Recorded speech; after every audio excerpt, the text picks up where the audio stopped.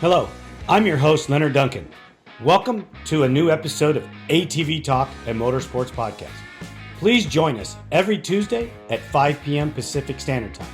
We bring you interviews with industry professionals, live events, live news about the motorsports industry in every episode.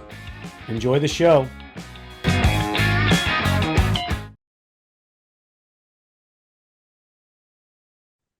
Walker Fowler, welcome back to ATV Talk, man. How are you, brother? Hey, Leonard. It's good to be back. Doing pretty good. Just enjoying the off season. I would say grind, but it's not really grind. Just kind of working and getting machines ready and just trying to get ready for the holiday season.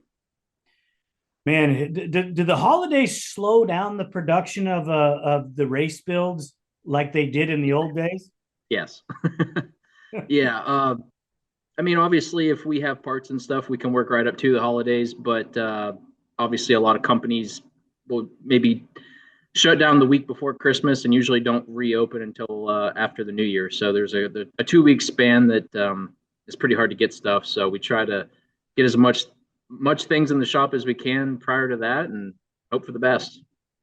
You know, you guys have one of the most amazing series. And every time I'm on the show with somebody from cross country, I say this same stuff because you're growing, you have fan base, and I just don't know how they do it compared to everybody else. It's so much fun. Yeah, no, it's a great time. It's a long season. Obviously, this year we're starting February 14th, and we're not finishing up until November, I believe 6th or 7th. I have to recheck the dates, but it's a long season. It keeps people engaged. It's hard on the racers, but I think at this point we're all just used to it. So we race when we can race, and we're passionate about it. We enjoy it, and the schedule's the same for everybody that's doing it. So no complaints. How many locals do you do during the season? I mean, you got 13 nationals to do, but how many locals and when do you start jumping on those? I actually don't do a whole lot of local racing anymore. I did do, I probably did more this year than I've done in the last 5 years.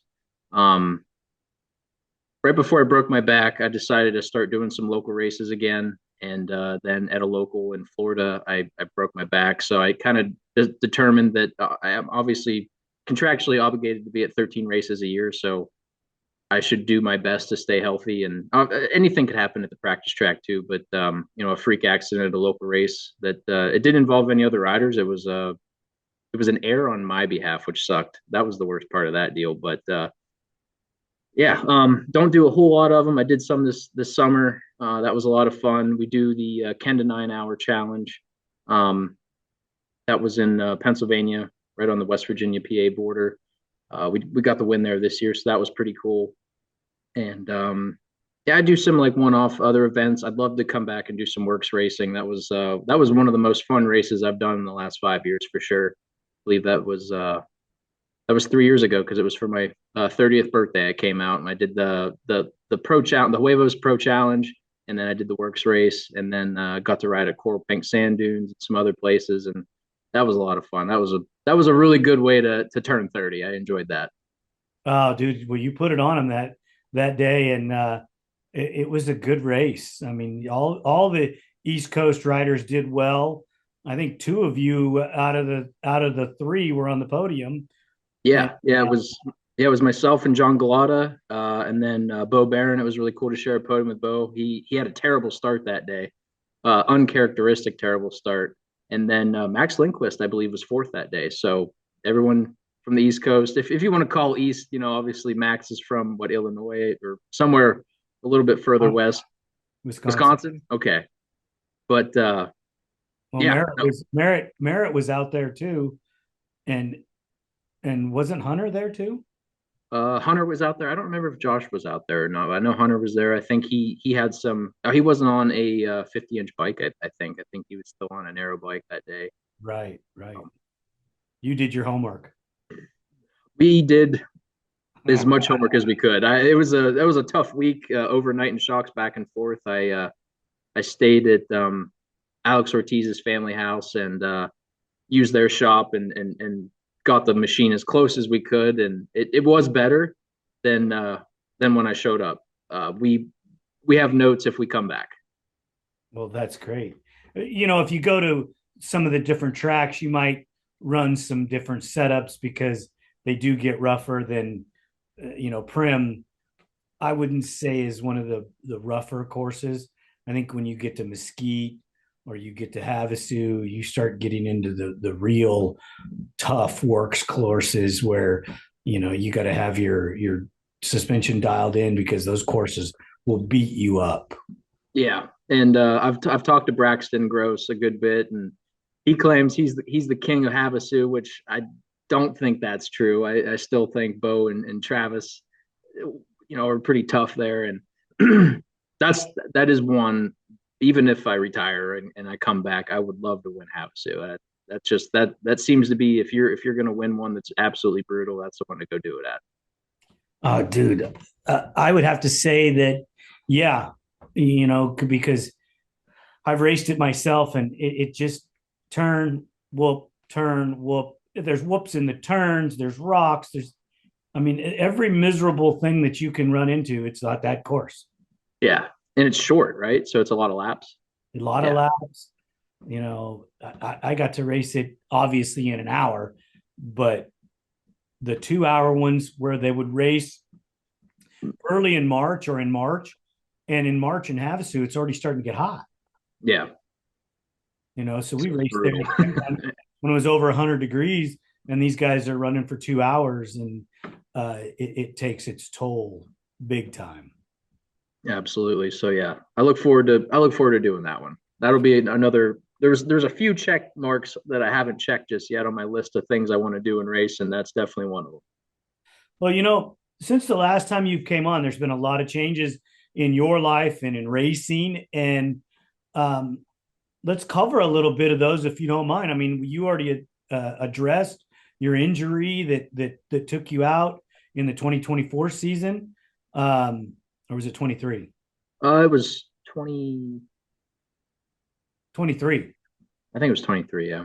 Yeah.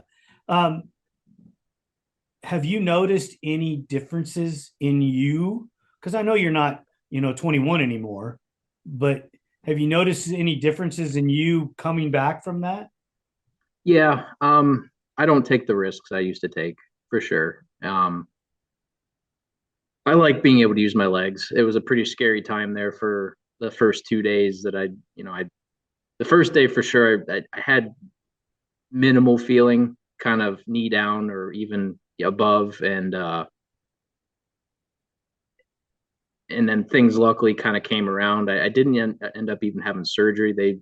They were afraid that they would make more damage than was already there, so it was kind of stuck in ICU for 6 days, just trying to see if I was going to be all right or not, and just got stuck in a turtle shell for I think it was 125 days, and that really sucked. But it was cool that year. Obviously, I did snowshoe, which I probably shouldn't have done, but it was a really bad mud race, and I was like, what's the worst that could happen? If I get stuck, I'll just stand next to the quad until I get pulled out. If I keep moving forward, I'll be fine. The second I have to lift the machine, I'm screwed. So I led the first lap. The very first race that I came back to, I led the first lap, and I was pretty pumped about that. And I was really out of shape. I had worked my tail off to try to get ready for that. Was not prepared, and then yeah, I think I got sixth that race, and then worked really hard over the summer. But there was still just a speed block, and there still is. It just there's only been maybe snowshoe this year. I think was the first time since the accident that I turned my brain off and just went out there and rode like I can ride, and it was awesome. It's fun to pull off the track and be like, wow, that was the old me for the first time in 2 or 3 years, and that was awesome. Now I haven't been able to recreate that since then, but it's you don't know at this stage of my career, you never know when that day is going to happen, and maybe it'll never happen again. Not necessarily wins, but just feeling and riding like your old self, and just the comments online and people reaching out, via the cell phone, and they're like, man, it was so cool to see that version of you again. And I'm like, I know. I wish he was there 24/7 because I do miss that guy. A lot of us do. Nothing against any of the fast guys of today. It's just, you get to come in and you get to take part and see that, you know, some of us don't like change, some of us do. Nothing against Bryson. I mean, he's fast. He does what he's supposed to do. His biggest drawback is he doesn't talk. Yeah, he's quieter. He keeps to himself, but man, as far as being ultra competitive and being, an athlete on and off the track, there's no one doing what he's doing right now, and it's hats off to him. It's pretty incredible. He's kind of I feel like if you would look at the champions prior to him, we're all pretty similar. I think Borich did things a little bit different than Bill, but the early days, the Bill Balances, the Barry Hawks, the Bob Slums, the Tom Tokays, the Teddy Trays, like they're all kind of the same to a degree, but we all have our little like niche thing that we figured out, and Bryson just he works on his own stuff, and he looks like he lives in a gym. And I know since the birth of his daughter, he doesn't maybe ride as much as he used to, but he was riding exceptional amounts, and his racecraft is just insane. Like you're riding behind the guy and he can make 3 or 4 passes in places that I would never even consider it, and he's gone. And then he's got a 2-minute lead and the race is over by the second lap. It's very impressive to watch. I don't think I was ever quite as savvy maybe on the track as he is. I think I was a little bit more kind of like Borich, like I'll kind of try to wait to the end unless I got the whole shot, and I would run away with it or try to run away with it. But he just gets to the front. It doesn't matter if he's dead last off the start or gets the whole shot. He wants to be in the lead, and he just lives there. And my thing was, if I didn't get the whole shot, sometimes I would have a bad day. He's had bad starts up until recently. He's so used to coming through the pack, he doesn't panic. He just gets through it, and it's just another race. By the second lap, he's first or second place, and it's been very fun to watch. The progression, and see him as a champion now. What 4-time champion, working on 5, and not working on 5, but I'm sure he's looking for 5. But man, another rider that I've been really impressed with lately is Wyatt Wilkin. He's pretty much the only one this year that has consistently gone toe to toe with Bryson, speed wise, and I look forward to seeing that continue. I think he keeps a good machine under him. He keeps his head on his shoulders straight. I think that might be your next guy. Chris Borich said the same thing. Yep. Yeah. He's built for it. He's training for it. It's just if he can keep that machine getting to the finish line. That's been his biggest struggle in his early pro career is having a couple bad races, and in the pro class you can't afford any bad races. Correct. Especially in your guys' series, one bad race could take you out of the whole points deal. Yep, it really could, unless you're winning a lot of races. Bryson followed you for a number of years. I mean, there's always a teacher. So, like out on the West Coast, it was Eichner, and Fredericks followed him for years and ate rocks and dust, and then finally Fredericks surpassed.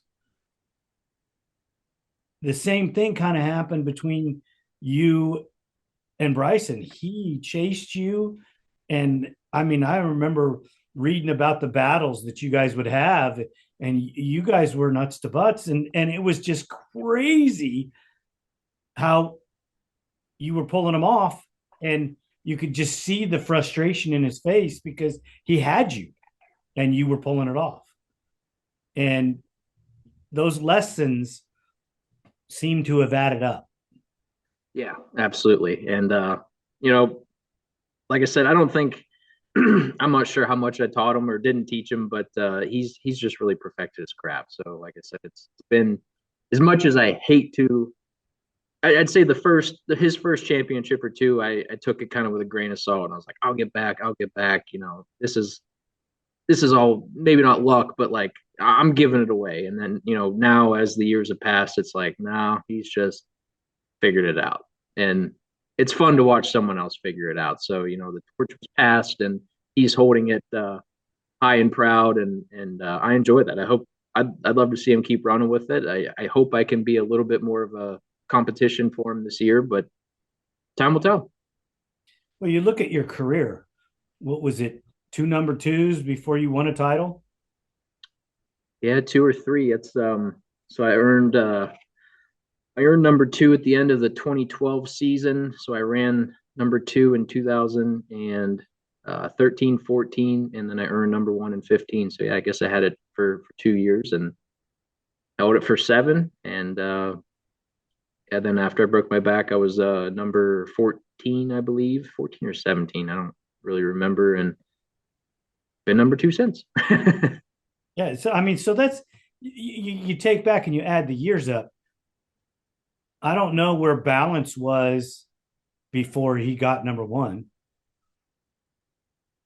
You know, Uh, I mean, he was pretty high up there for sure, threes and twos, and then obviously when Barry retired and Bill was able to take over for his 9 consecutive year streak, which I would have that was probably my biggest career goal was to see if it was possible, and to come up two seasons shy of that. I know how hard it was for me, and I wasn't married, I didn't have kids.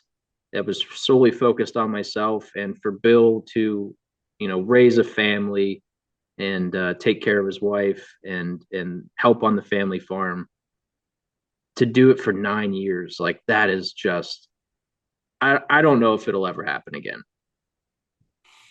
I don't know, man. You got a different kind of breed with riders back east. I know that we don't breed anything on the West Coast, anything like you guys anymore. And fast guys used to come from the West. And it's just it's just incredible that you guys dig so deep. Let's switch it up on you here a little bit. A few years back, every title holder in the industry, minus you, were older. They were all older. Yeah, that's true. I won my first Early championship. 40s. Yeah, I That think I won my first championship when I was 22. right. So Yeah, very rare in our industry for in the modern day four stroke industry for someone so young to win. Bryson's no spring chicken. yeah, he's 30 or 31 now. I forget. I'd have to ask him. So his wins his first title at what, 28 years old? At 20, no, he was probably 26 or 27. So, Yep. you think he's older. He's not 22 is young, Yeah. you know. Um, do you think it takes longer to learn how to race an ATV than like the motorcycle side where the 19-year-old or a 20-year-old could come in and win a title? Um, Man, I don't know. I've never heard this question before.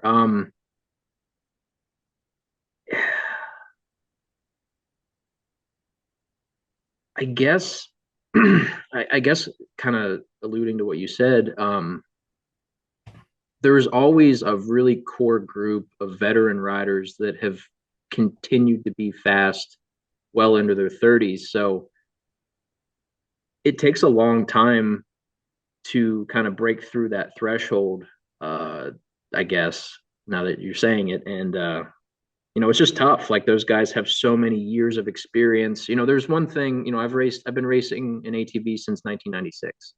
And the youth stuff is one thing. I also was racing motorcycles, so I technically was getting kind of double experience for probably the first 10 or 12 years of my racing career, and that probably really helped me. Um, but yeah, like look at Chris Borich is still racing at 40. He'll be, I believe, he'll be 44 years old in April, and he's still all. This is one of his better seasons, in recent history, recent memory. And Adam McGill will be turning 39 this year. We still have Jared McClure. I guess after that, I might be the next oldest at 33.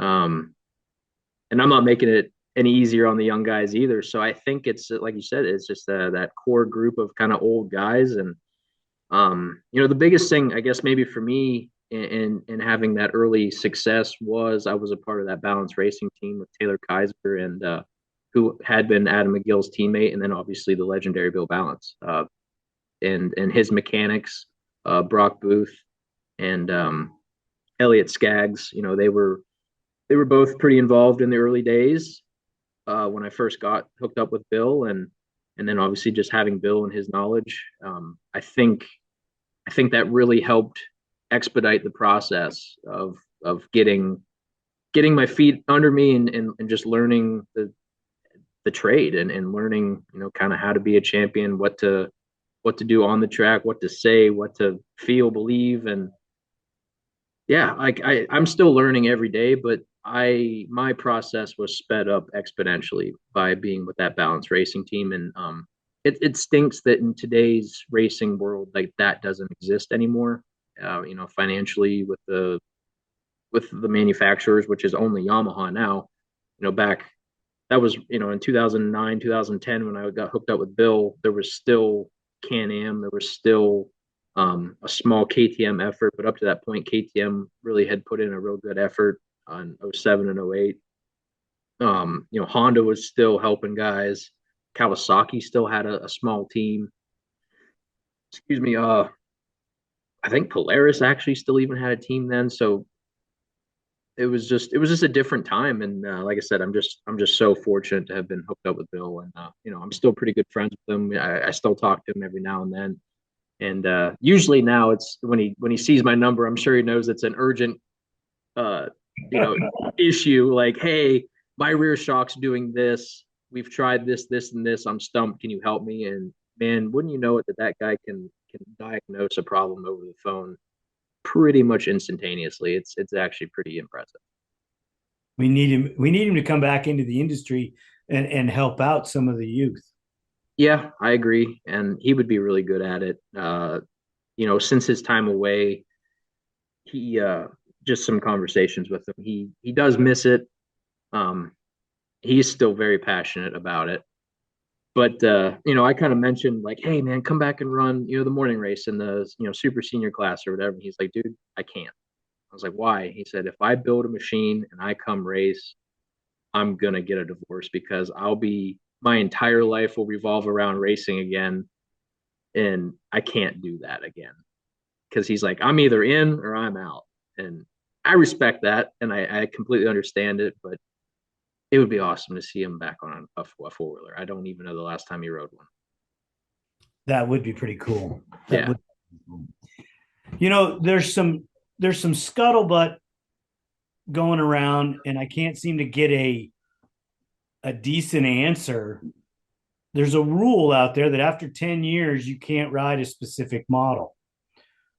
So Honda is yeared out. Do I you think believe. that rule is still in standing? I Um, believe the GNCC has done away with that, um, or at least recognizing that rule. As long as it is an OEM frame and production bottom end, I believe, like the engine cases have to be original to that machine within the year gap it was produced. So you could have for lack of better words, for a Honda, you could have a 2006 chassis with a 2013 engine in it if you wanted to, and that's legal. Or you could have a 2012 YFZ 450R with a 2024 motor in it, and that's legal. But you can't put the dirt bike motor in it. Um, what else? So I think, and I'd have to double check the rules, so I don't want to speak out of terms here, but I do believe you can fuel inject a carbureted model. I think that rule was actually passed last year. I'm not 100% sure on that, and that could also only be for the amateur classes, but I do know there's a couple of Hondas out there that have throttle bodies on them in EFI on the carbureted engine. in the lower divisions. Yes, but I almost think that it was approved for the pro classes. I don't know that, so like we'd have to go back and look. But I do know that like the the year out rule was phased out. So if you showed up on a Suzuki, you can still race it. If you showed up on a Kawasaki, you can still race it. The KTM, you could race it. You How obviously, how long ago did they get rid of it? I think that was maybe 2 or 3 years ago, because I know Adam was bringing it up about the Honda, and um, Racing Productions was like, that's silly just because they're not making it. As long as you can follow these guidelines, no aftermarket chassis, because I know like Adam practices on a Lone Star chassis because the frames are getting harder to find. Yeah, So I know he's still racing on an OEM chassis, but to ease some things, he'll practice on the aftermarket chassis. yeah, that answers all my questions about Adam McGill because I was thinking, what are they going to do with this poor guy? He's not going to ride blue, and Oh no, he'll never ride blue. uh, Except I did have a conversation with him, and I hope I'm not speaking out of line here, Adam. He would consider buying a Banshee. well, because you can change the color. Well, yeah, he of course he wants the yellow and red one, but Right. I believe it was a 97 or a 98, and I'd have to go back and look. It has gold wheels. He was very specific on which one he wanted, but He's even then he's like, "Oh, I think my core fans would kill me if I rode a Yamaha ever." I'm like, "Dude, it's a Banshee. Like you have to. They're great." He's a big 250R guy. Obviously, he has Trike Tyson, the 250R three-wheeler, but a Banshee is still pretty much the coolest machine ever made. They're pretty badass. Yes, I mean, they keep me pretty busy building as the technology has changed and the things that we can do to them now. The aftermarket chassis, where you had Lone Star and Lager, I don't think that if we lined them up now with what we do now, I don't think that those chassis would be the advantage that everybody thinks they are. Yeah, mine, I kept the OEM chassis underneath mine just for the slim chance that maybe I will show up and race it. They're with some of the thing other than CC size, the you can put pipes on them to generate bottom and mid range power. Yep. There's just so many things that we just did. We're doing more and more packages, and they're like riding four strokes. Yeah.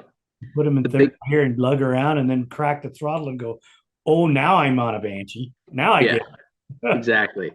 I know the biggest thing for me and my dad, he was like, "You'll never get traction riding in the woods with a Banshee. That's just how they were." He raced them for many years in the early days, and the coolest thing that, at least for me, that changed it was a run flat system.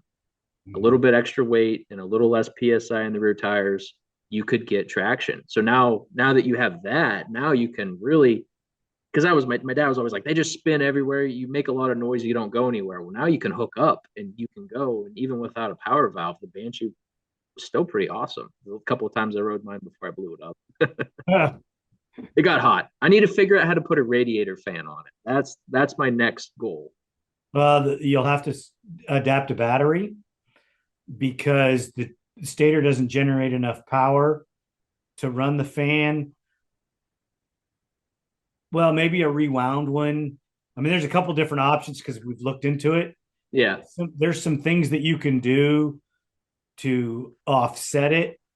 As smart as you guys are on the cross country with the water protection and the radiator protections that you guys do, I guarantee, we give you guys 2 weeks and you could figure out a protection for the radiator and I know enough people we could figure out how to wire a fan to it and Yeah. we'd be rocking and rolling in no time. Would I love to see it in the modern day era? Yes, I would because your courses are wider. They're not as tight and technical. Yep. I would say the place that I would take it is Ironman. And let the speed shine. Yes. Yep. So yeah, that's my another one of my weird check marks that are over here that haven't been done yet is I want to see if a two stroke is still top 20 in the afternoon race. Any race. I just want to see if it's possible. I don't know if you could get a 250R stock frame to compete at that level. Yeah, I mean, yeah, you know you're what 175, 180. Yep. You could do a no link setup for you on a stock frame and probably make it work. You get some of the bigger guys, it's just not gonna work out. Yep. So Um, yeah, that'd be another fun one to see if I think it's I believe 2003 or 2004 I think is the last time a two stroke was in the top 20. So it's been 20 years essentially. well, with some of the technology with the motor packages they have nowadays, I guarantee there's enough power in that stator to run a fan. That's true. You know, But I feel like I got to ride blue. but then we're kind of in trouble because the only one you're going to ride is a Banshee Yep, I know. unless we put you on a blaster. That would be wild. that that wouldn't be much fun, I don't think. No, all 3.5 feet long of the blaster. Right? Hey, you'd get through the tight sections really quick. Oh, I bet I'd rip. Talladega, that'd be the quad to have. Hey, what did you think of Talladega? Well, since you brought it up, Oh my goodness, that was a tight, miserable booger there. I got the whole shot, and I actually did kind of get away from Bryson for a little bit. I ended up getting stuck a half a mile from the finish line, pretty good, and then just the wheels just fell off the bus. I have never hit that many trees in my career in a race. Like I felt like I was an absolute newbie, and I know that everyone else was having the same problem. I was as poor as I was riding. No one was really catching me, and the amount of bent frames, tweaked um, stabilizer arms and tie rod ends and tie rods and cracked steering stops that had to be rewelded on machines after that race. It was alarming. Now the one thing, obviously, once we're done, they go back and reclaim the track with the little mini bulldozers, so that usually inherently widens the track. But since the motorcycle race was such a bad mud race, I think the course is going to be significantly wider because their track got like 60 feet wide everywhere, and then obviously they would have had to gone in and fix all of it. So there should be plenty of trails now. I liked it being slower because I do think some of the tracks are getting dangerously fast, but I was not ready for that. The first lap, there were places where you could not get your front tires between trees. and but that's old school. Oh, it was old school for sure.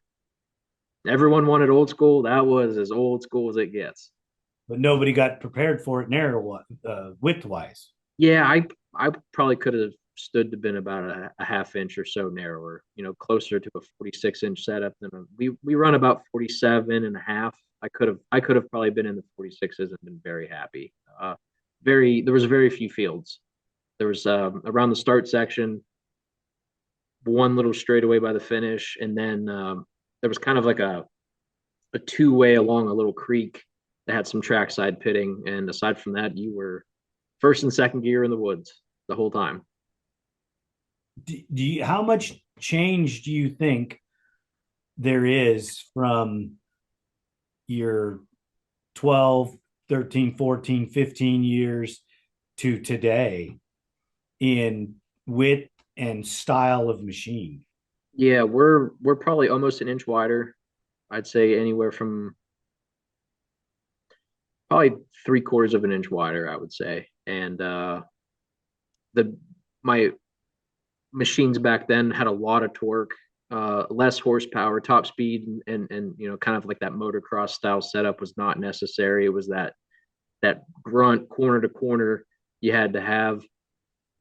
Man, the track it's essentially it's a 2-hour motocross race at this point. The tracks, I would say our speed, if we were averaging 15 or 16 miles an hour back then would be my guess. We didn't have the fancy watches or all that kind of computer equipment then, or it was just in its infancy. I know Cole Richardson is like he's really he takes the computer stuff and implements it into the practice track, uh, like more than anybody that I've ever met. And we average about 22 or 23 miles an hour, which doesn't sound that fast, but to average that compared to call it 15 or 16 miles an hour, the difference is it is nuts. Like how much faster you have to go to average that extra 8 or 9 miles an hour. It's concerning. Do you think that you'll see them go backwards in the technical portion of the tracks where they're going to slow them down? I don't. We have too big of numbers, and to obviously the new tracks will be tight. So this year we're going to Watkins Glen, actually at the NASCAR track. I expect that one to be pretty tight unless the woods around it had been timbered, sort of recently, or maybe even if they hadn't been timbered and there's a lot of old timber that kind of blocks out the undergrowth, so it's just really wide open, kind of like big bucks, kind of like that. Um, Trying to think of another one that just has this old growth kind of timber. Can't think of any off the top of my head. Iron Man there's zero undergrowth. There's no jagger bushes. There's no nothing. It's just these big old trees, and you can, especially in the fall, you can see for a quarter mile through the woods because there's just nothing except these huge trees. Where are we going with that? I got sidetracked here. Or the width of the Oh yeah. I don't see GNCC slowing it down any. They have to stay on schedule, and the tighter the tracks are, the harder it is to extract machines out of the woods in a timely fashion to keep the next race on time. So if you have a really tight track, the 10 a.m. race goes out there, and 30 people break tie rod ends and have to be towed back. They're going to be an hour and a half late for the next race. So if you make the track a little wider, you might only have 10 guys that need towed in. They can stay, within 20 minutes of being on time. Also, we used to only have a total of maybe 800 to 1,000 entries for ATVs on a weekend. Now we're at 1,200 to 1,500 entries on a weekend for an ATV. So there's more people, there's more lap traffic. I think they've kind of been making the tracks a little shorter as well and trying to make it a 5 lap race. It seems like I think that's to also engage the fans a little bit more. An extra lap to see us through some of the spectator spots, and it also really has changed our pit strategies. And I don't know if that's just kind of a byproduct that they like, or if that's has nothing to do with anything. But with a 5 lap race, we typically have to pit twice to not risk it. We've definitely stretched it a few times, and there's been guys that have run out. There's been guys that haven't, and that also brings in that next element of people being able to watch the pits or have the conspiracy theories of, oh man, is he going to make it the next 10 minutes, or you pass at the pit, can you do this? So a lot of the races have been 5 lap races, and a little bit shorter tracks and definitely fast. what do you brought up the motors packages? I know in motocross that there is issues with cost. I mean, everything has gotten more expensive. The builds are more expensive. If we roll into motocross style engine packages, you're just changed your whole budget almost by double. Yeah. Um, Do you see them maybe putting the brakes on that and saying, no, we're not going to go down that road? that's a tough question. Obviously we have a 450cc limit, and we have the production rules, so there's no hybrids. Um, but other than that, as long as the stroke and bore are factory, you are allowed to do whatever you want. And to be competitive, it takes a lot, and pretty much everyone's doing it. So it has gotten very expensive, for sure. Yeah, because your motocross motors are 10, 12 grand. Correct. And I mean, they're not necessarily full motocross motors, but how they're tuned and different pistons and head porting, I would say that's the biggest thing. Like I said, I went from a torque monster machine to now a more speed, higher horsepower, essentially a more of a motocross style build. Um, and I know that Phoenix team that Bryson rides for. I believe they have Twisted Development, who I believe also is doing Yamaha's 250 program. I don't know if that's for their amateurs or also for the star bikes, but it's not cheap, I'm sure, to work with those guys. But oh my gosh, is that four wheeler fast? And it starts good. Right. I mean, there's a lot of technology out there that Yeah. twisted development and PEP tuning, and there's a couple other guys that are out there doing that kind of stuff that Yep. they're bringing on, a whole new game, For sure. the Yeah. ECUs and the fuel injection. It's just, I worry that we're killing our ATV industry with price. We are. And I'm not exactly sure. I mean, unless you just made it to where you can't build them at all and it's just a stock rung what you brung kind of class, I don't know how you fix that. I mean, even then, a stock four wheeler now is showroom off the floor is what between 10,500 and $11,000 versus in 2010 you could buy one for 5 grand. Yeah, but there are limitations that they could do to drop the what you can do to a motor and help, you know, bring the cost down that way, you know, Yeah. because the suspension stuff ain't getting any cheaper either. No, no, there isn't a single machine or a single part on the machine that's not expensive at this point, and it's not. It's none of the manufacturer's faults. It's just everything is. The housing market's a disaster. Houses that were $100,000 are now worth $400,000, and Right. my I bought my truck in 2019, right? So it'd been I bought it at the end of 18.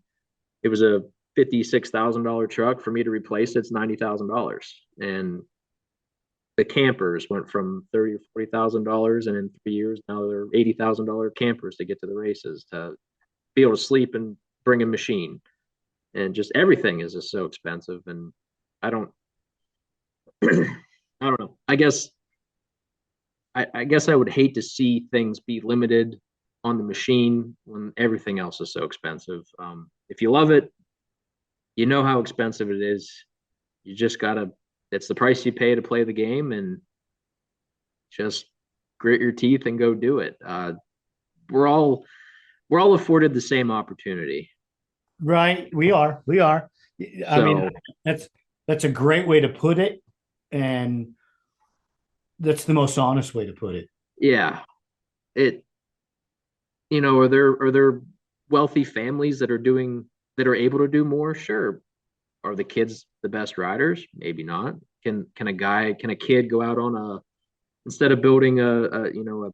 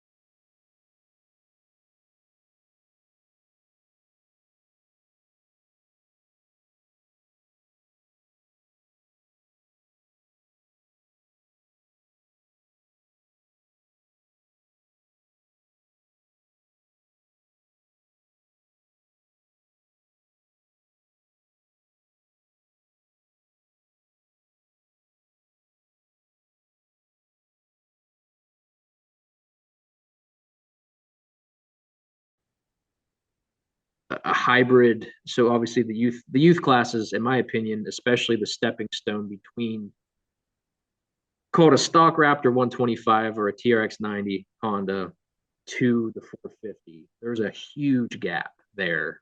And the only way to fix it, or the only way we've been able to fix it, are hybrids. So there's these 150 dirt bike motors. I mean, you can have $30,000 or $40,000 wrapped up in a mini quad really fast. Your next step is to buy a 450 chassis and throw a 250 dirt bike motor in it, and you can get $50,000 or $60,000 in a single machine wrapped up really quick. Luckily, with the production rule, like I don't have $60,000 in my quad, thank God, because I would not be racing. But it's that I think I think we're gonna lose a lot of riders early because of how expensive the youth transition is into the big quads. Now, obviously, my engine builder, and there's some others, but B&R Motorsports, they finally were able to get the D-bore rule allowed or passed, so you can have a full stock 450 and throw a piston cylinder and some different tuning, and it's a 400 now, and for a fraction of the cost of then building a hybrid.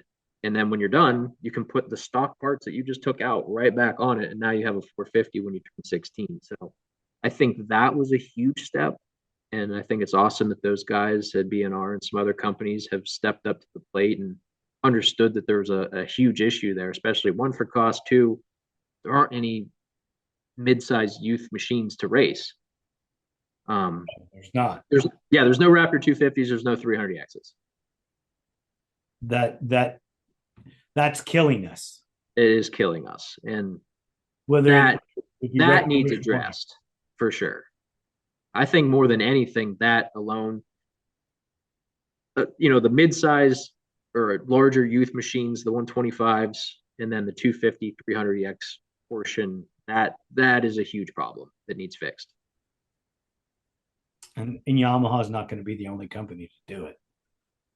No, and I'm shocked that Honda or Kawasaki or Suzuki, I know they're still, obviously Honda still makes the 250X or EX, the shaft-driven model, but I just can't believe that a company hasn't seen that market and been like, we can do this for little to nothing and sell a lot of machines. And not only to that, call it, women riders that are just getting started that aren't comfortable riding a utility or riding a 450. Smaller women riders especially loved the Raptor 250, loved the 300X. The 300X had reverse. Like, that is a perfect model to not even race, just to have around the farm. And, the mom and kids can go ride, and you can still not be on a 1000 Polaris or something. Like, you could ride with your kids. So, and they don't even have to change. They don't even have to change it. Don't make they could literally just bring them back. Just put it out exactly the way it was. Yep. And they would sell. Markets will take care of it. Yep. And they would sell. Oh, yeah. I think they'd sell way more than they think, because we're getting calls for 300EX parts all the time. Same with Raptor 250 stuff. And you scratch your head thinking, why would you not do this? You're going to make money at it. Yes. I know there's a lot more logistics involved than that. I did get to go to the Yamaha plant in the transition. It was obviously for the 20th anniversary of the YFZ, and they were building Grizzlies, and then they had to stop. Well, nothing stops, but they're changing stuff as the assembly line is changing, and to build and retool for YFZ 450s, and we got to see about 60 or 70 of them be made right in front of our eyes. And it's a lot.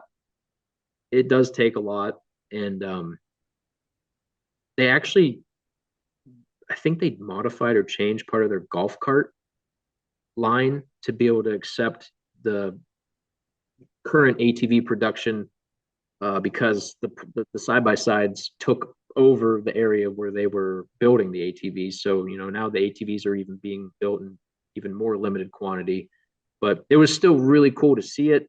But I do understand that you and I think it's a great idea, but from their standpoint, I do know that it would be more difficult than we believe. Yeah, I mean, we've also hashed out the why don't they bring out a performance, fuel injected 250, and the reality of that is a small portion of people are going to buy that, but Yep. but the consumer, the recreational consumer, is going to look at that and buy the 450. Yep. For $1,000 more, I'm buying a 450 versus two. I'm buying the 450. You know, You know, I get the racing community would want it, but let's go back to these air cooled bikes, and that Raptor 250 and the 300EX are awesome packages. they really are. I mean, come on, guys, help us out. I don't know. Does Kawasaki have anything in that realm? No, but they had they had the Mojave, they had the KFX, they had the KFX 400 and 450. Um, they're a company that's capable of doing it. Suzuki's a company capable of doing it, and obviously we're relying on Yamaha to keep things alive, and that's awesome. And I'm so fortunate and blessed to be a part of their team and their program and have seen the inner workings of that company. But man, we really need somebody else. I think there's a lot of really cool things that Yamaha would be willing to do if they had some competition. I kind of I dream about it and wish about it every day. Hopefully, the KO 300 will turn out to be a good bike, even though it's from China. It's a 300cc fuel injected ATV. Hopefully, cross our fingers, it's a good bike and that they'll be able to make parts for it. I think B&R is trying to become a dealer for them, Okay, cool. and I've been told I haven't got my hands on it, but I've been told Raptor 250 parts bolt on. Really? Okay, so that would be cool. Yeah, that would be great. Yeah, That, that'd be great. And fuel injected's neat. totally. And Yep. if they can tap into that ECU and tune it, it comes with a more of a performance style pipe Yep. already on it. Hurts aftermarket guys, but you know, we'll all got to take a little shot to make the industry grow. For sure. That's all I look. I just want the industry to continue to grow. Right. But we've talked a lot about the perspective of the youth and some of the talent, some of the guys coming up. Let's talk a little bit more about you. And I know that most people, champions, uh, professionals, don't really want to get into themselves a whole lot. And I think you're no different than that. But I'm going to put you on the spot just a little All right. more about your legacy. You're a seven-time champ. You've been on the podium. What is it? 13 times as far as finishing on the box for the year. Counting your seconds. Um, where does that leave you, Walker Fowler, in your legacy? Um, I especially I would say as a kid and then the early days, the only thing I really cared about were results. I obviously wanted to make people happy and be a decent human being and champion, but I was hungry for success. And then as the years have kind of worn on and things get a little bit more challenging or difficult, or then the injuries and just life is just different. You're living on your own, you're in charge of your own everything, you're paying your own bills, and since I was 16, 17, and yeah, just like there's just more responsibilities, and then obviously just life is just different. And I know I'm at the tail end of my full professional career. I don't think I'll ever quit racing, and it's just I love it too much. But I was getting to a point where I wasn't necessarily getting burned out, but I was kind of starting to lose my love for it. And I was afraid that I would kind of resent racing at some point. But enough things have happened that are kind of a reality check that makes you understand, that racing is more than the results and is more than success. It's about the places you've been. It's the journey. It's the places you've been, the people you've met, the relationships that you've made, the good, the bad, everything in between. Um, and I would say one of the coolest things about racing is the family aspect of it. I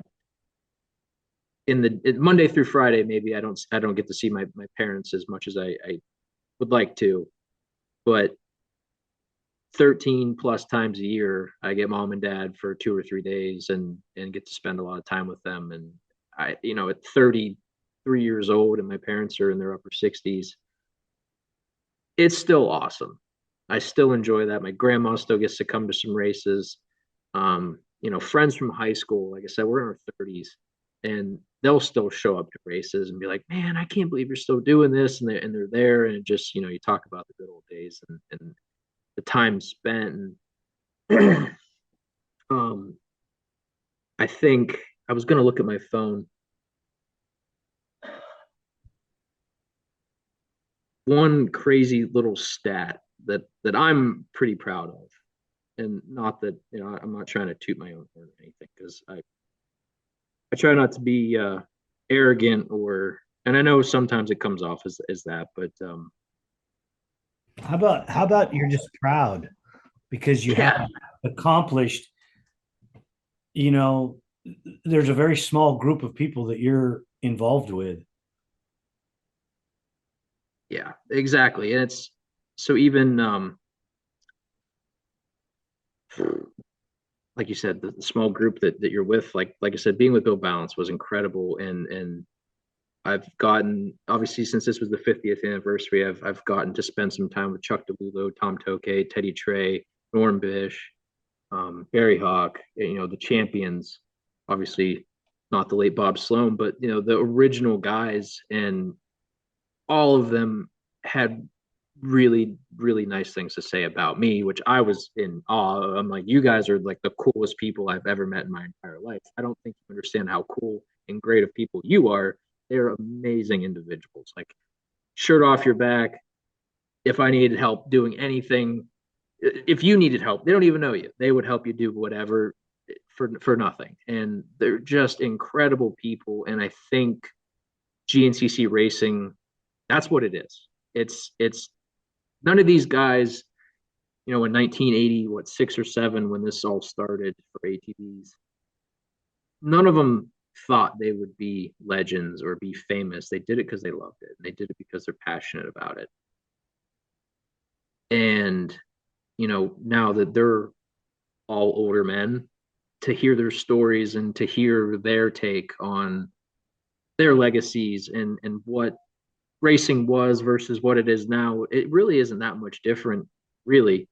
And they're like, man, I can't believe you guys are like getting paid. Like, that's pretty cool. I'm like, I know it's pretty neat, but they did it because they loved it, man. And it's just we all do. We wouldn't spend all this time and money and effort and sacrifice if we didn't love this. And I just hope maybe that's what I'm remembered for. I did want to make a paycheck. I dreamed of being paid to ride a four-wheeler, and that dream was successful, and I've done pretty well for myself. And I've been successful. I've won 79 races. I hope and pray I can make it to 80. I'd love to be the first guy to make it to 80, maybe the only guy to make it to 80 wins. But that doesn't mean anything. That's a personal thing for me at this point.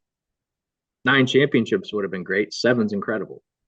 Um, I did find it. The one stat that I thought was pretty interesting. Um, this was my 15th consecutive year winning a race, and that is a new record. So Bill Balance consecutive streaks. 1996 to 2009, 14 years. Chris Borge, 2003 to 2015, 13 years. Barry Hawk, 1992 to 1999, 8 years. But now I don't know. This is ATVs. I don't know if he won any dirt bike races in 2000. I know he won some in 2001 to know if that streak continued beyond that. But I believe Bryson's at 8 years now. McGill was a little different. He had 10, I don't know, he had 11 years of wins now. 08, 11 through 16, 18, 20, 23, and I believe he won one last year in 24. So that should be 11 years of wins for him. But pretty interesting. So I'm hoping that next year I can win one race. I make it to 80. I take my win streak to 16 years, and I can ride off into the sunset and be happy. All-time favorite race course? Snowshoe. I knew that. I knew that. No question. There's nothing like that. I would have gave anything to race Blackwater. I did race the Wisp. The Wisp was cool. The Wisp is not Snowshoe. The early days of Snowshoe were really, really cool. It was tough. And then because the early days, they tried to make it a 20 to 25 mile course. So we technically would only see the same thing twice. It's different now. And I get that they had to make it a little easier in the past. This year was the toughest course since I believe 2018 or 19. They went back to some sections that we haven't done in a long time, and it was tough, and it was wet, and it was fun. It was a lot of fun. I love that slower technical skill. I'm good at that. This holding the throttle wide open for 2 hours thing is not quite my cup of tea these days. Well, yeah, things change. The prelim on social media before that race, the pregame That was fun. did that was freaking awesome. We had a good time for a week or 10 days doing that back and forth with Adam, and yeah, some other guys even jump in, and that was fun. Yeah, and for you to pop out the win, it made it even better, for us fans, because ultimately, whether I have a talk show or not, I'm still a super fan. I love ATV racing. I love talking to all you guys and doing all this stuff. So something like that was just super enjoyable. And I didn't even catch all of it. I'm friends with Joe Tull, and he would call me up and, hey, did you see this one? And you see that one? And, it was fun. It was good, friendly banter, but it engaged a lot of people. And if you look at like the analytics that Instagram or Facebook will give you for your like athlete account or whatever, that 2 weeks, I had more traffic on my pages in those 2 weeks than I had in 3 years, just for Snowshoe leading up to it and after.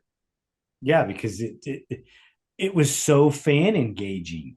It was fun. It wasn't mean. There wasn't any vulgar language used. It was fun. But it was a good dig. Like there were some good digs in there. Oh, there were. There were. I mean, if you really dug it, how good a friendship do you and Adam have? I mean, you guys have been fierce competitors for a number of years. Yeah, it's far better now for sure. He dated my sister many years ago. And then after they broke up, I kind of, not saying I pushed him away, but it was kind of like a family. Like I wasn't gonna stay close with him because I respect my sister, and then life goes on and happens, and you kind of live and forget. And he's a good dude. He's a lot sometimes, but Adam is a really decent guy, and he's great for the sport, and he's good with the kids. And I don't agree with 100% of everything he does, and he knows that, but they're a good family, and he makes things a lot of fun for sure. And he's great for the sport. I mean, he's incredible for the sport. He's, the vintage for vet racing vintage for vet fundraising that he does is great. Just his engagement with, like I said, with kids is second to none.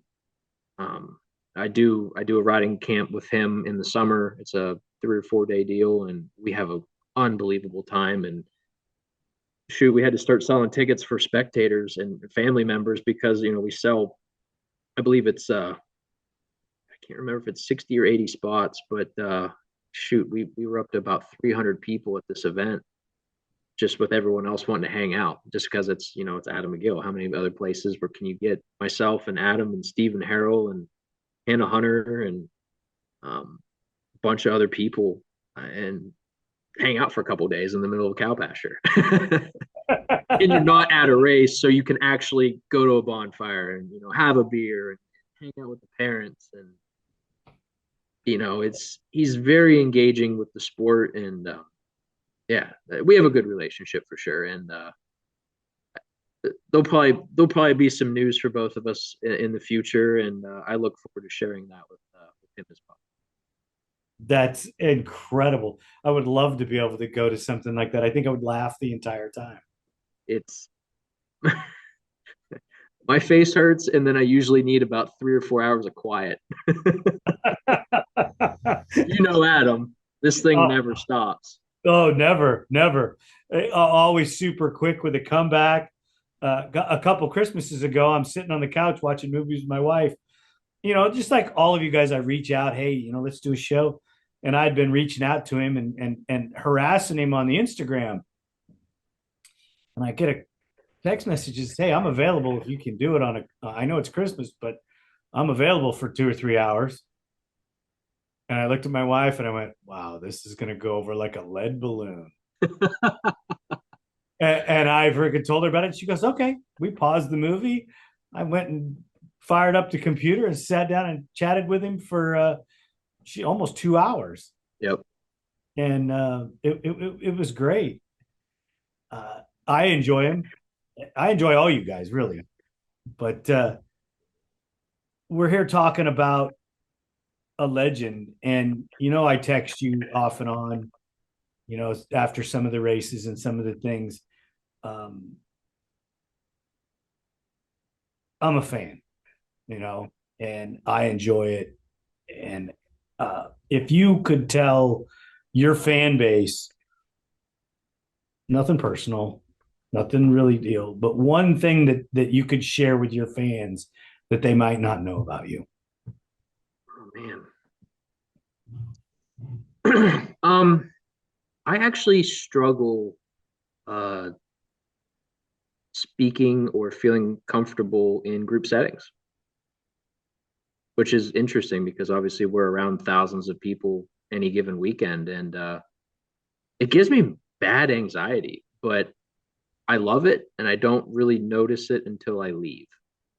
And then it takes me a couple of days to decompress and kind of, not that I'm like a hermit or anything crazy. Sometimes I am, but yeah, I've been having some mental health problems the last couple of years, and I actually missed a race this year due to some of those issues, and I just my head wasn't in it, and we were coming up to would have been the Boy Scout race. I don't remember what the Mountaineer, and I just couldn't do it. I had a bad two. I came off of a bad race. I just I just mentally wasn't there, and I didn't think that was one safe for me to go out there and try to race, and two, I didn't want to be around everyone and not be myself. And yeah, I had to miss that race. So I think I'm fine with talking about it. You said not to get too personal, but I'm fine with that. I think mental health is super important, and I think more people should take care of themselves and not be embarrassed about what they're going through or what they're feeling. And I was born and raised in a family where you don't have time for that. You just stay busy. You just grind and grind and grind, and you don't, like I said, you stay busy enough. You don't have time to think about your feelings. You don't have time to think about what's going on. You just do it. And year after year after year of that, and the injuries and things more recently, it's just, I just got to a point. It just broke me. I was like, I can't do this. I just, not that I don't want to be there, not that I don't want to ride my four-wheeler. I just need some time to just not do this. So I took it. And, I'm sure, maybe sometimes at the races I seem distant or I seem not maybe like myself. And I'm trying my best, but I'm also trying to focus on making myself better and confident in my skin. Do you think that we as an industry don't focus enough on the amount of pressure that's put on you professionals to perform and to make it all happen all the time? Um, I wouldn't necessarily point fingers at any one person or industry or anything like that, but yeah, it's a lot. And going back earlier, this it's a long season. It's a lot to if you had to have a 6 or 8 week boot camp to get ready for a 6 month season, but then you have 4 or 5 months off, mentally you can prepare for that. But when you year after year after year basically don't really get a break and you race year round for 20 straight years, eventually you just get tired of it. Right. I love it and I would never do anything else. I would not change a single thing, but it's a lot. It is very taxing. It's financially taxing, it's emotionally taxing, it's mentally taxing. There's a lot of stress on family and relationships. I've missed so many weddings and I've missed so many um, you know, kids being born and graduation parties and birthday parties and things that you would love to go to and be a part of, but we're racing. And that part's tough. And as I've gotten a little bit older, I do try to take a little bit more time to go do those kinds of things, even if that means sacrificing something that maybe could affect me on the track. And I'm okay with that. I still want to win. I still want to be competitive, but there is more to life than riding a four wheeler. My oldest child still despises ATV racing because of the amount of birthdays that I missed. Yeah. And that's tough. Yeah. I mean, she married her husband races local, not midgets, but uh, a little smaller form of a midget cars out here. And I asked her, how do you, if you hated the racing so much, how do you deal with this? And she goes, he doesn't miss my birthday, Dad. That's tough. Yeah. That is tough for sure. Yeah, I totally get it. I mean, you spend years and years doing it. Um, but that being said, and you made a comment earlier that you didn't think you'd ever stop racing. Um, we briefly touched on it, but what are your top 5 bucket list races? Oh man. So I got to check off one. That was Pondevo. That was cool. I hope financially I can afford to go. I think both the For Liberty team and the Phoenix team, we both left a lot on the table and we did not prove how competitive we could have been. Um, so I think we all want to go back. I think a little redemption would make us all feel a little better. I would say I would say that one again. I'd say PDV. Um, Definitely Havasu. Uh, I wanted to do Baja. I'm not sure I'm willing to take the danger risk of doing Baja, but I would like to think that I could do it and not get hurt. So I'll throw Baja in there. I would love to do an ATV motocross national. Um, Contractually, I haven't been allowed. I got real close. I had the works bike, so I had a 50-inch setup, and we were getting some shocks and stuff ready. This is after I broke my back because some of my contracts I was not gonna fulfill my um, my race obligation to receive 100% payment for certain sponsors. And I was like, well, I called them and I was like, hey, I know this is not what I do, but if I supplemented in 2 or 3 ATV motocrosses, would that count? And because we were on summer break at that point, and they were like, oh, absolutely, that'd be phenomenal. That would be really cool. And initially, Yamaha was on board with it, and then pretty much about halfway through getting the quad built, I get a phone call that was like, hey, how about we just pay you to not race ATV motocross? And I was like, can I not do that? Like, can I still just go do it anyway and decline that? And they're like, no. It's like, well, then I don't have a choice, do I? Basically, I would have to retire before I can race ATV motocross, which is fine. But I will do one. I don't care if I get lapped. I probably will. I don't care if I'm dead last. I want to race. I want to qualify and race for an ATV motocross. I think that'd be a blast. How about Vegas to Reno? Yeah, yeah. Honestly, I would say, I saw the Mint 400s allowing ATVs. So, whether it's Baja, the Mint, Vegas to Reno, any of those longer desert races, I would really like to do for sure. Well, if we build you a Raptor 700, it's going to go over 100 miles an hour. That sounds pretty cool. Yeah, it does, doesn't it? And while we were in France, so that's four. So my fifth, I'm really bad. Is it the Latoque or Latuque, the beach race or like Weston beach race? Yep. Um, I would love to do.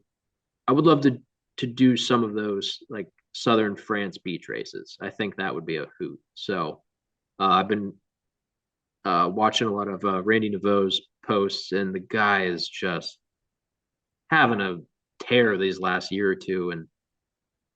And watching, they're running 22 and a half inch long shocks, and he's running a cut subframe lower than any motocross bike I've ever seen on a custom chassis that they built, and these crazy big aluminum gas tanks with the dirt bike motor and dual exhaust. And like, I until you raced with them or seen them at PDV, there's a lot of really good European riders. Like, I'm not so sure. I always thought that the American ATV racers were superior across the board. Pretty much, if you put us in a Yahtzee shaker and said go race this race, I think we would do really well. That was eye opening, and I'm not so sure that we're the best. I think it's close, and we might edge them out, but there is 10 or 12 European riders that are really, really talented and have really good setup machines. And it was like I said, it was an eye-opening experience going and racing with them. And obviously we were a little out of our element, but you race the same track. It's a very short lap at PDV and you're out there for 12 hours. And we all got pretty good at it, and we still couldn't touch these guys at all. I love that place. Yeah, it was cool. So, and then, talking with them as much as you can, because there's obviously a little bit of a language barrier, but they're good. It was a humbling experience to be around them and see how they race, see how they set up their machines, and then see their abilities on and off the track. Their pit setups are incredible. Their pit crews are really good because you have to be able to fix. If you have to fix something, you have to fix it right now, quickly and efficiently. And they're good. They're damn good. So, like I said, it was an eye-opening experience. And if I had to say, those are my top five off the top of my head. That those are my bucket list items: a long desert race, PDV again, Havasu, um, a France beach race, and an ATV motocross. That's what I want to do. That's pretty awesome stuff right there. Do you think the Quad Cross of Nations, based on what you said about the talent in Europe, was an eye opener for the Americans? Yeah. Um, Especially in the sand. Um, especially with those goofy tires they have to run. I know that was a huge issue our guys experience. But man, like we think we get big sand whoops and rollers and stuff, but until and watching those videos of those beach races, you're like, man, they don't look like they're going that fast, and those don't look that bad until you start actually like slowing stuff down and doing some scaling. And like some of these whoops are 6 and 7 feet deep. Like I I have had 3 to 5 foot deep whoops on my track, and it's like you can't hardly ride it. I can't imagine being able to park, my pickup truck in one and being able to drive across the roof of it. Like that's how deep some of these holes get. And it's nuts. Like these guys can ride that stuff really well. And, I hated to see our guys struggle at the Quad Cross of Nations, but we had dominated so, I mean, we had dominated time wise hugely. And then, year after year, it's like, it was almost kind of getting boring. And then to watch Joel Hetrick struggle means something. Like that's how gnarly that track is. That's how gnarly those dudes are. Like he is the best motocross rider in the world, in my opinion, and he struggled, and that means a lot. Yeah, I got to talk to Paul Turner, and the ride height difference between the American machines and the machines that for the team that won, we were still almost 3 inches lower than their setup. Yeah, And that was everything they had in the toolbox to get where they got, and they didn't have enough. yeah. No, it's pretty crazy, man. That's why we go racing, right? Right. You never know. Yeah, it's awesome stuff. Walker, I want to thank you so much for taking the time out to come on ATV Talk, and we appreciate you as a guest. We're also a fan, so we want you to keep racing as long as possible. You know that if when you have something that you're doing, like if you guys are going to go do a riding school or anything, and you have stuff that you need to promote, please hit us up. Make sure you send us the flyers or whatever it is so that we can post it on our social media as well and help you out. Make sure that we share everything that you're doing. Um, in closing, the younger guys that are following you and I think are trying to follow in your footsteps, what would you give them to help boost their career and keep them motivated?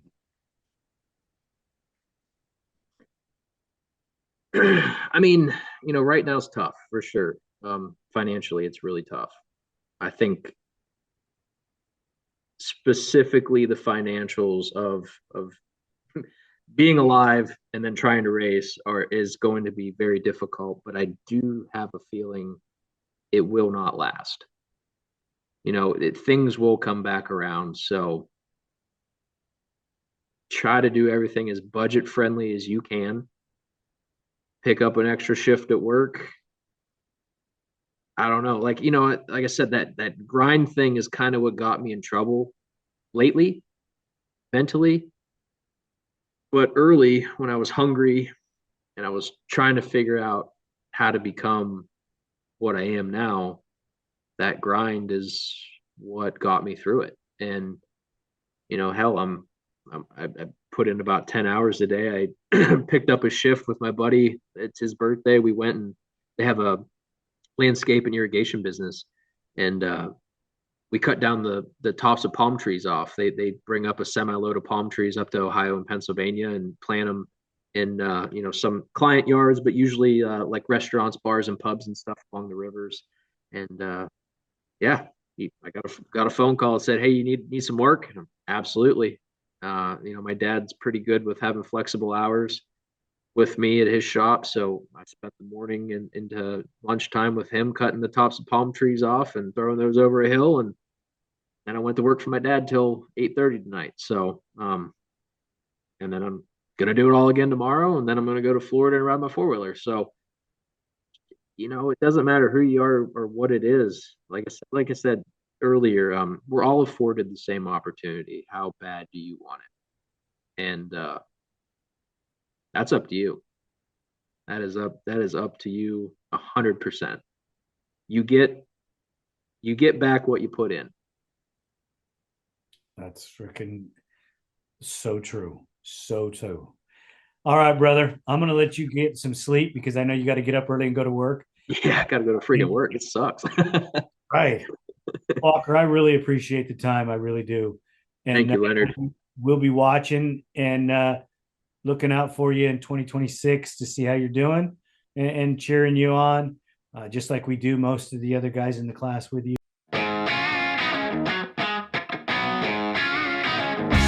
Hello, I'm your host, Leonard Duncan. Welcome to a new episode of ATV-TALK and Motorsports Podcast.